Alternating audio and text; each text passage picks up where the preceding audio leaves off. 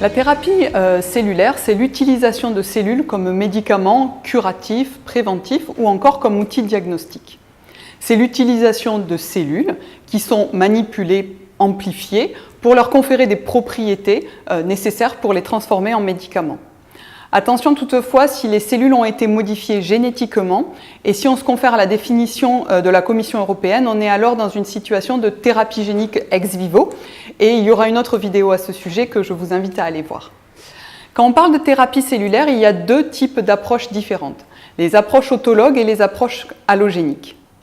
Les approches autologues, c'est l'utilisation des cellules du patient lui-même pour les transformer en médicaments.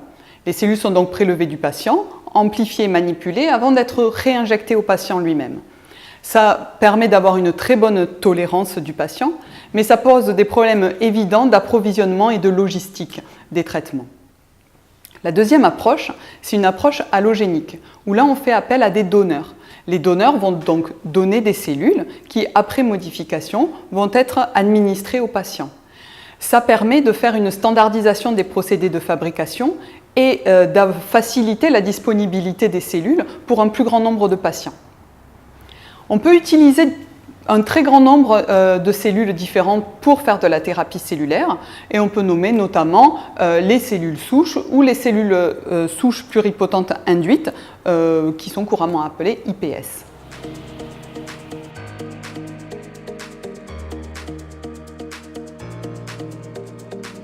Certaines techniques de thérapie cellulaire existent dans les hôpitaux depuis un très grand nombre d'années. C'est notamment les greffes de moelle ou de cellules hématopoïétiques.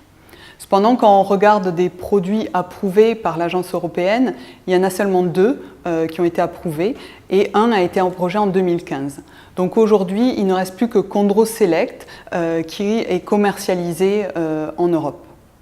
Les thérapies cellulaires sont considérées comme des réponses potentielles à de nombreux besoins médicaux non couverts.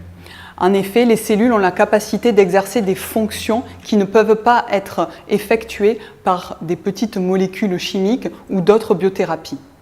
Les cellules ont la capacité de sentir leur environnement et de varier leurs réponses en fonction des conditions physiologiques, et c'est ça qui les rend si uniques.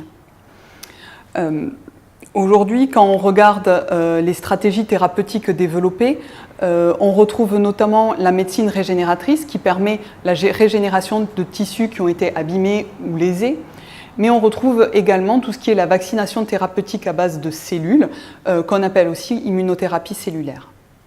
Le nombre d'essais cliniques impliquant de la thérapie cellulaire augmente, on l'a vu ces dernières années, et on pense que ça va continuer à se développer dans le futur.